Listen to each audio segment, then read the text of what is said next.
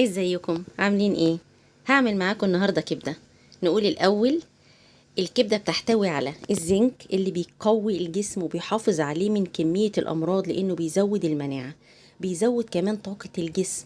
ده غير كمان ان هو فيه سيليليوم. السيليليوم دوت المضاد للاكسده من الامراض، عافانا الله وعافاكم.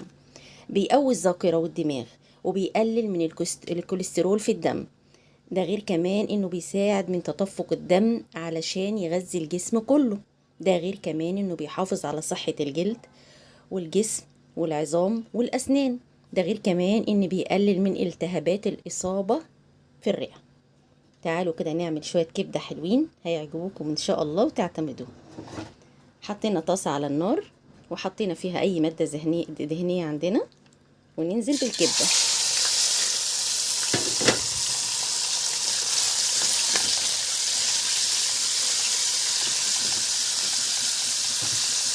للعلم يا جماعة دي كبدة بقري. اول ما الكبدة تاخد معانا صدمة كده، هننزل معانا بعصير ليمونتين، وتديها تقليبة كده لحد ما تحس ان لونها خلاص اتغير.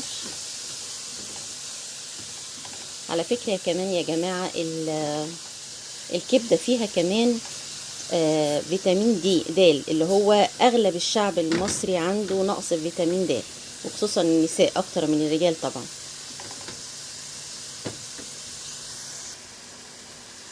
هنا معايا الكبده خلاص خدت تشويحتين.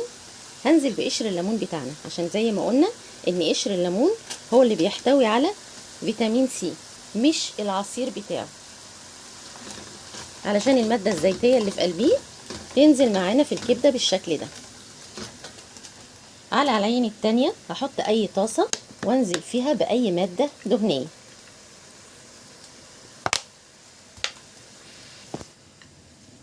هنزل بالبصله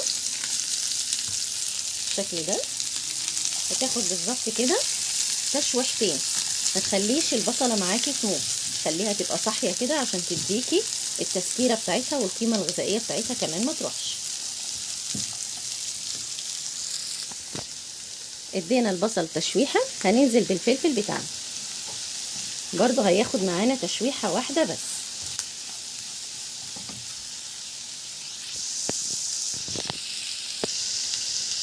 هناخدهم بقى بالشكل ده وننزل بيهم على الكبده بتاعتنا كده.